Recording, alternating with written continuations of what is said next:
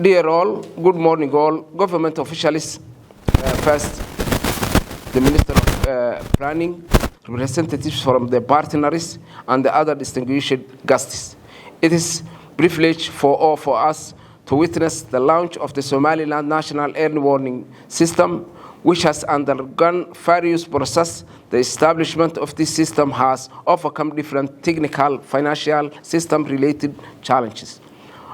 When the government of President Bihi came to power, I was nominated to the post chairman of NATFORD. We came up with the determination and the commitment in rebuild and reorganizing the institution to a level where the disaster impact are managed.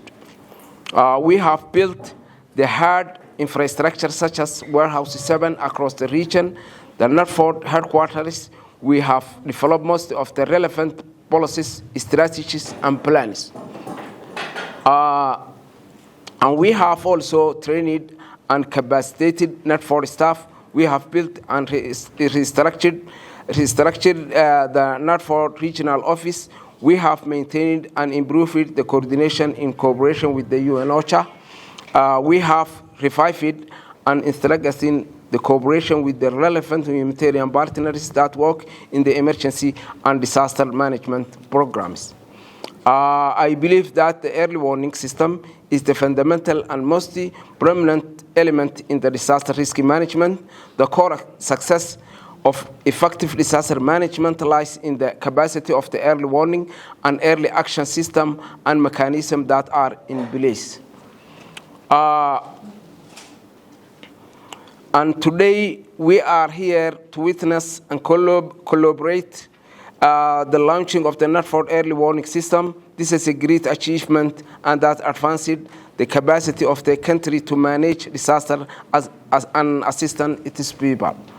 I would like to thank the Shaqadon and Somrep for the support in upgrading early warning system. Also, I would like to appreciate the contribution from the other partners, such as firstly in Save the Children, that actually built the whole and other, first floor of the and also Oxfam always supporting to us, World Vision, CARE, who contributed a lot throughout the reaching this milestone. I wish more great success to come throughout the cooperation. Thank you very much.